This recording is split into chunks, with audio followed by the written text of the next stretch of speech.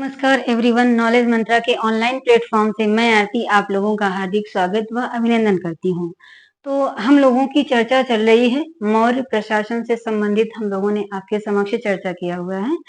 तो हमने आपको बताया था, लास्ट उसमें चर्चा हुई थी कि जो कौटिल्य के अर्थशास्त्र में जो उच्च अधिकारी थे उनको क्या कहा गया है, तो उनको तीर्थ के नाम से जाना जाता था। तो अगर जो प्रमुख तीर्थों की हम बात करते हैं कि तीर्थ कितने हैं, तो कौटिल्य के अर्थशास्त्र में 18 तीर्थ बताए गए हैं। तो इन्हीं 18 तीर्थों के बारे में हमने आपसे लास्ट वीडियो में चर्चा किया हुआ था। तो आप लास्ट वीडियो जाकर के देख लीजिए, सारा कुछ क्लियर हो जाएगा, ठीक है। क्योंकि कई सारे नाम हैं तो उसको रिवीजन करने में थोड़ा सा आसान नहीं होगा।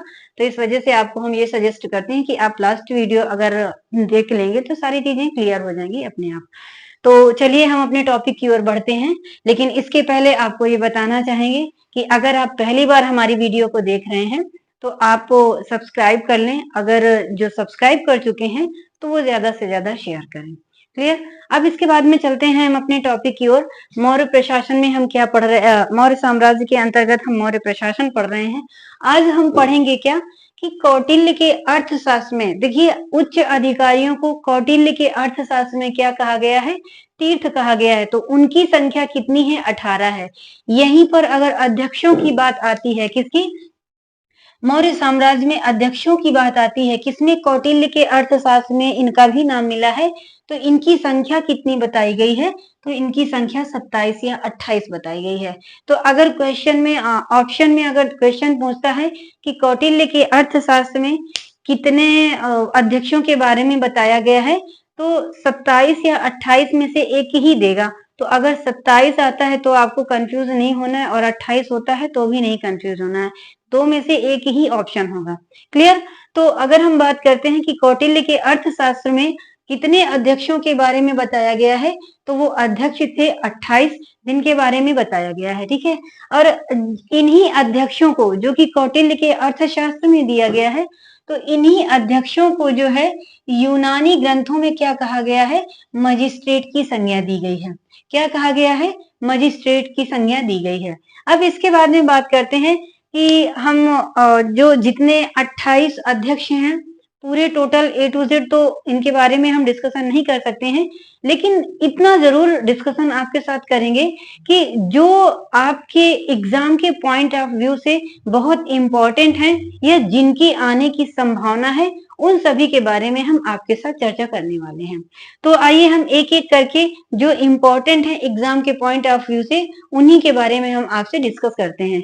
तो पहला आता है कौन, पौतवा अध्यक्ष।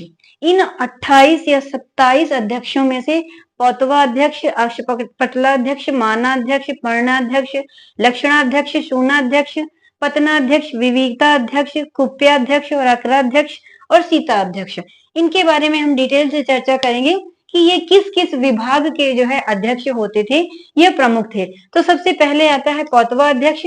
तो पौतवा अध्यक्ष के बारे में अगर हम बात करते हैं तो पौतवा अध्यक्ष किसका अधिकारी था, माप तौल का अधिकारी था, ठीक है। कि माप तौल में किसी तरीके का इधर हेर फेर कोई ना कर पाए, तो वो उसका अध्यक्ष कौन होता था, अधिकारी कौन था, उसको क्या कहते थे, तो उसको पौतवा अध्यक्ष कहते थे। वहीं पर एक था अक्षपटलाध्यक्ष।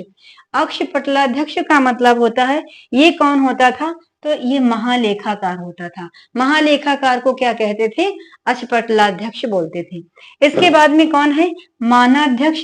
मानाध्यक्ष किससे बोला जाता था, कहा जाता था, तो दूरी और समय के साधनों से जो संबंधित होता था उसको क्या कहते थे, मानाध्यक्ष कहते थे। वहीं पर आता है एक क्या, पर्णाध्यक्ष। तो पर्णाध्यक्ष कौन होता था, तो वाणिज्य विभाग का प्रमुख होता था, यानी उद्योग धंधों से संबंधित जो भी अध्यक्ष होता था उसको क्या बोलते थे, तो उसको बोलते थे पर्णाध्यक्ष। इसके बाद में आता है लक्षणाध्यक्ष।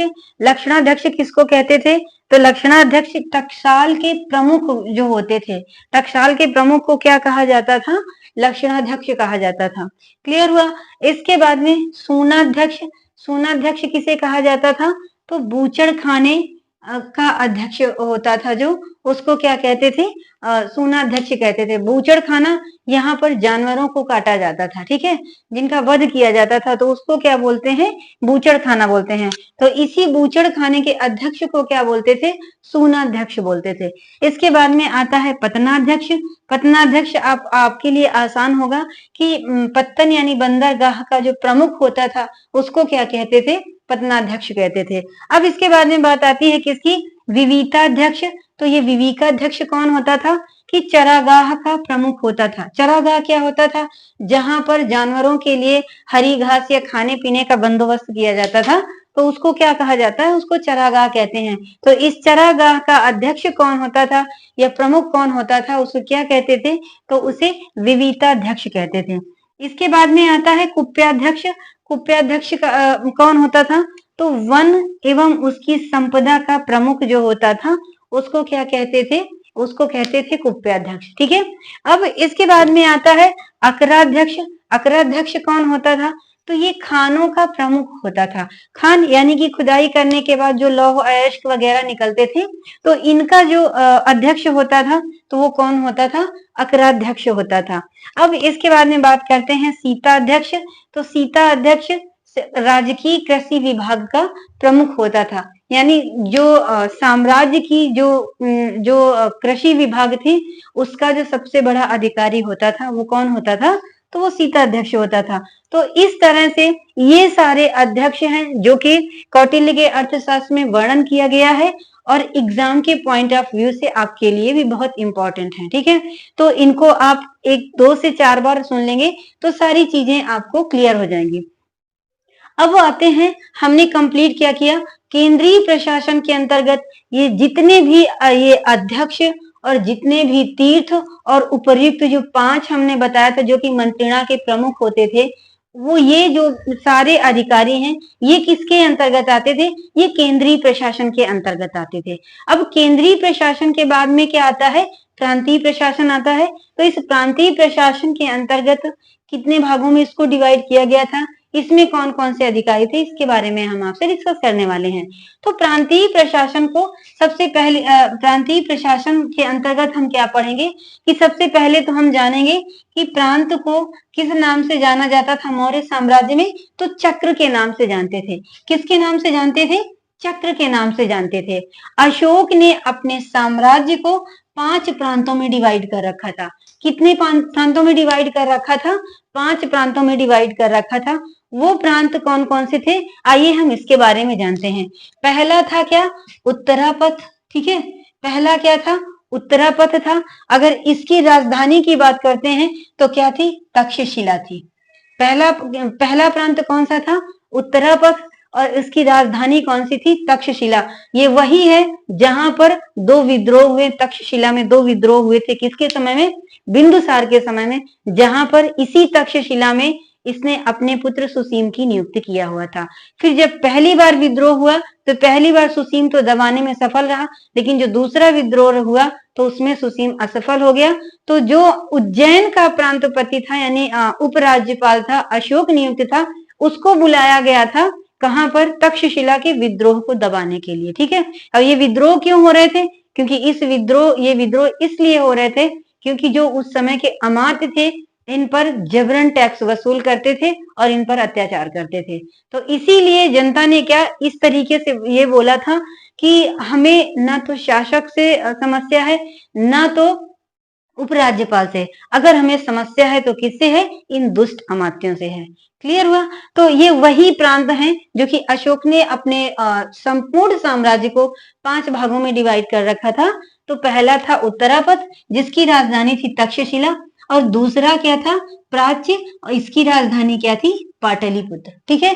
इसके बाद में तीसरा आता है दक्षिणापथ। इस दक्षिणापथ की राजधानी क्या थी? तो ये सुवर्णगिरी थी। वहीं पर अवंती की बात आती है। चौथा प्रांत कौन सा था? तो अवंती था। और इस अवंती की राजधानी कौन थी? उज्जैन। जहां पर इसी उज्जैन में जो है यहाँ का उपराज्यपाल किसको नियुक्त किया था? तो अशोक को नियुक्त किया था। किसने? बिंदुसार ने। और इस तक्षशिला में कौन था? यहाँ पर था सुशील, ठीक है। तो ये आपको जानने की जरूरत है। अवंती। इसके बाद में लास्ट क्या है? कलिंग है और इस कलिंग की राजधानी क्या थी? तोसली थी। तो हमने क्या जाना कि अशोक ने अपने संपूर्ण साम्राज्य को 5 भागों में डिवाइड कर रखा था। कौन सा था? उत्तरापथ था, इसके बाद में प्राच्य था, फिर क्या था? दक्षिणापथ था, फिर इसके बाद में क्या था? अवंती था, फिर क्या था? कलिंग था। इनकी राजधानी कौन कौन सी थी आपको हमने बताया, ठीक है। अब इसके बाद में जब बात करते हैं किसकी? तक्षशिला। इन पांचों प्रांतों में से 3 प्रांत ऐसे थे जहां पर अशोक ने जो है यहाँ पर जो है कुमारों की नियुक्ति की हुई थी, ठीक है। वो कौन कौन से थे? तक्षशिला, इसके बारे में भी हमने आपसे डिस्कस किया है। तोसली और उज्जैन के बारे में भी हमने आपसे डिस्कस किया है कि उज्जैन में अशोक, तक्षशिला में सुसीम, ठीक है, और तोसली में भी कुमार या फिर युवराज की नियुक्ति की हुई थी, ठीक है। अब इसके बाद में अशोक प्रांत के प्रांतपतियों का स्थानांतरण भी करता था। स्थानांतरण मतलब ट्रांसफर भी करता था। जो भी प्रांतपति होते थे प्रांतों के, तो उनका स्थानांतरण भी करता था और औचक निरीक्षण भी करता था।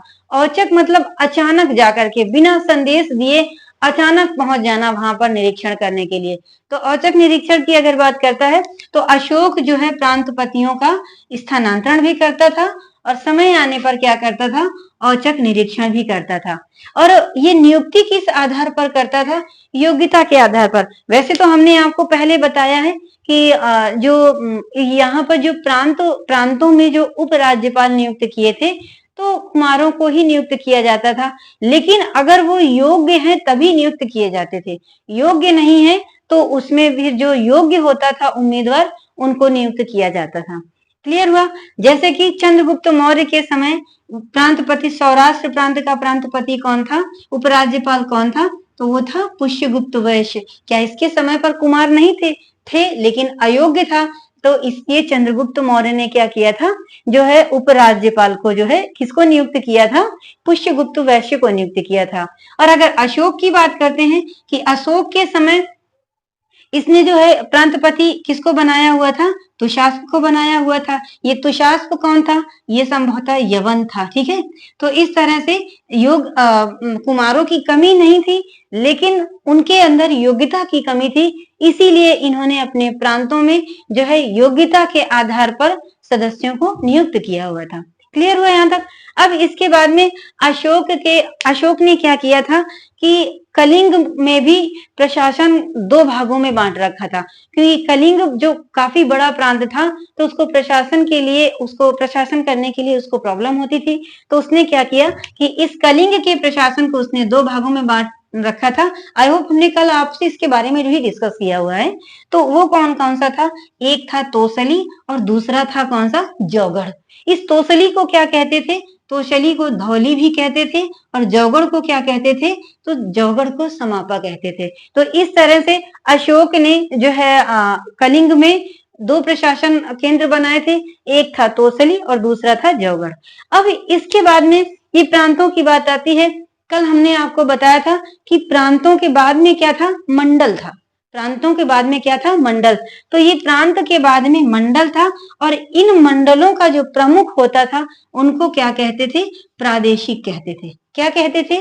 प्रादेशिक कहते थे। तो अगर मंडलों की बात करते हैं तो अशोक ने जो है अपने संपूर्ण साम्राज्य को 4 मंडलों में डिवाइड किया हुआ था। कितने मंडलों में? 4 मंडलों में। वो मंडल कौन कौन से थे? एक था समापा। इस समापा को क्या कहते थे? तोसली। इस समापा की राजधानी कौन सी थी? तोसली थी। वहीं पर एक था कौशाम्बी और कौशाम्बी की राजधानी क्या थी? पाटलिपुत्र थी। और वहीं पर एक था इशिला।